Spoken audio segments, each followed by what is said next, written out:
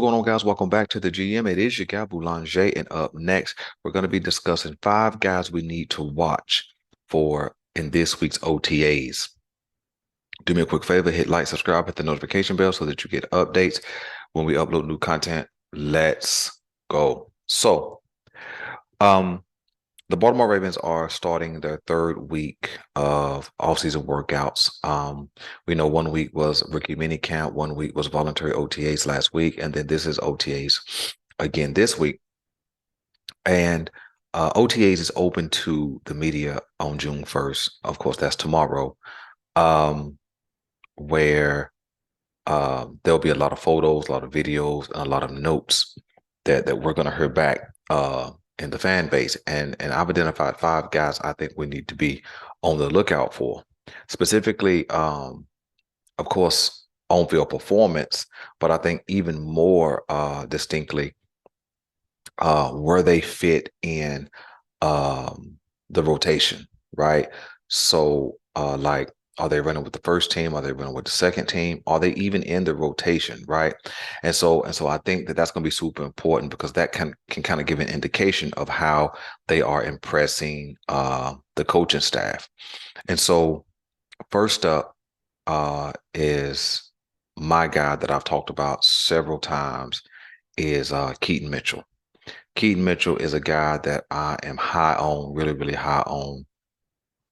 Watched him a little bit in college, not a whole lot, but then when he signed with the Ravens, kind of learned more about him, watched a little more film about him, and this guy's electric, and we've seen that in some OTAs, mini training, mini rookie mini camp film, and so he offers an element that the Baltimore Ravens just do not have right now on the team. Justice Hill doesn't offer it. Justice Hill's a good back, good speed, but he doesn't offer what Keaton Mitchell offers. J.K. Dobbins is going to be probably the #1 back for sure. He doesn't have this guy's elusivity or speed. And then Gus Edwards is a downhill big back.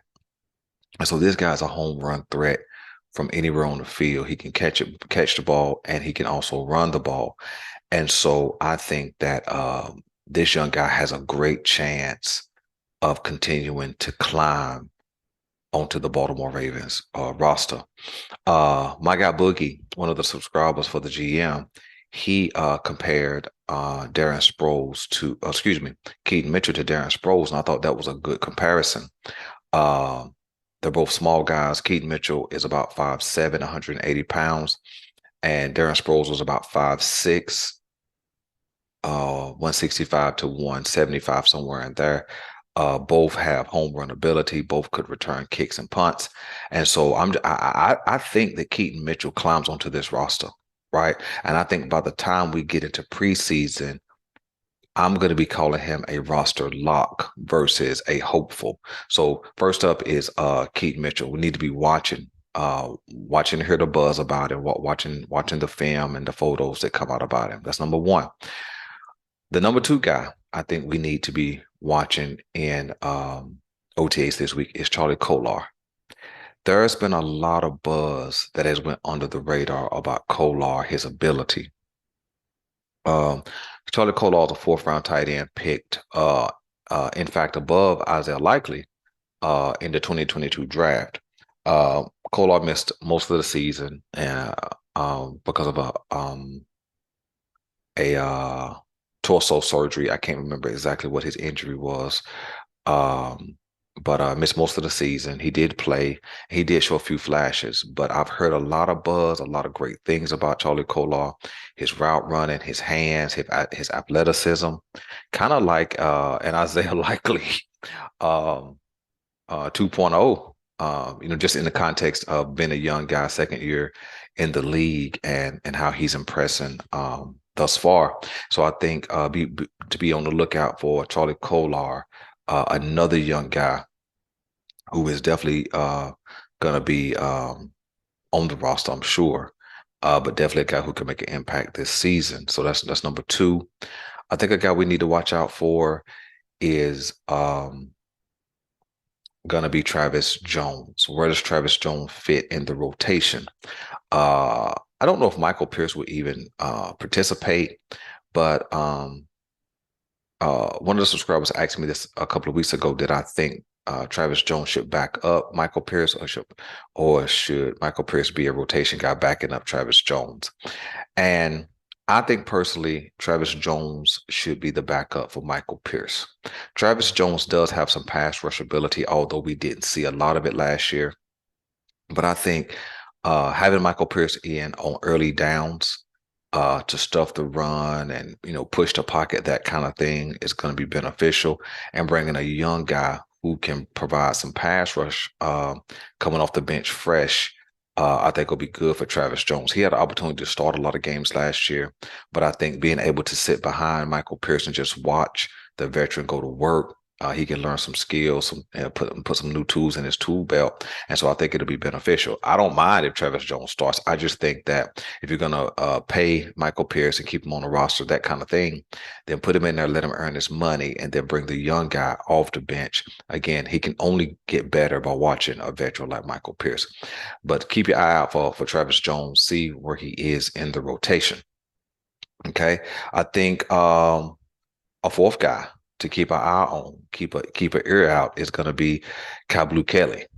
I heard some good things about his attributes. I heard about some good coverage ability shown in last week's OTAs, and so I want to see if he continues that trajectory.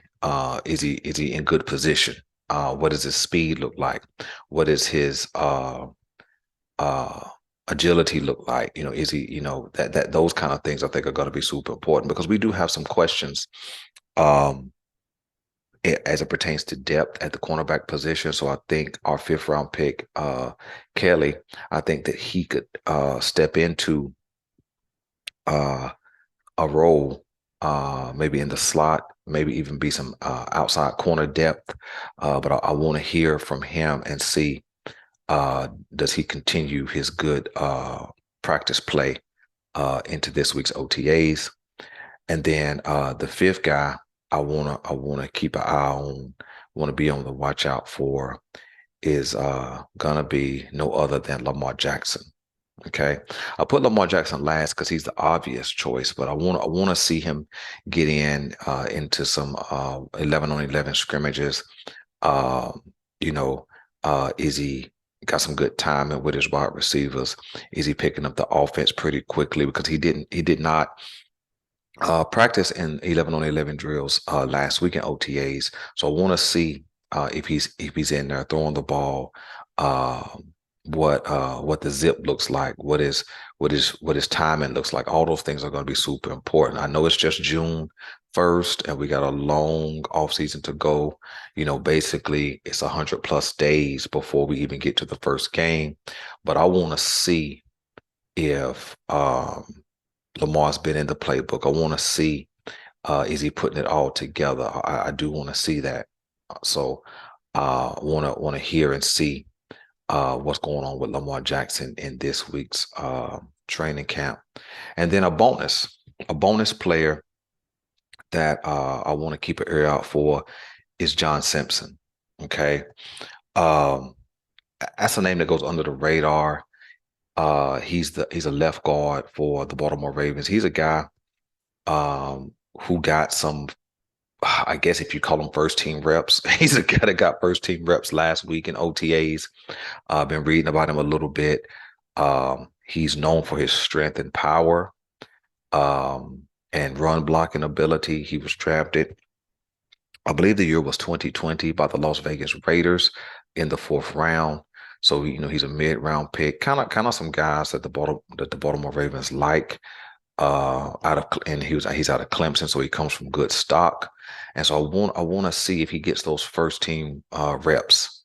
You see, because that gives me an indication that he's outperforming Ben Cleveland, right? Ben Cleveland is a guy that I'm really worried about. 3rd-round pick from a couple of years back. This is his 4th year. This is his money-making year.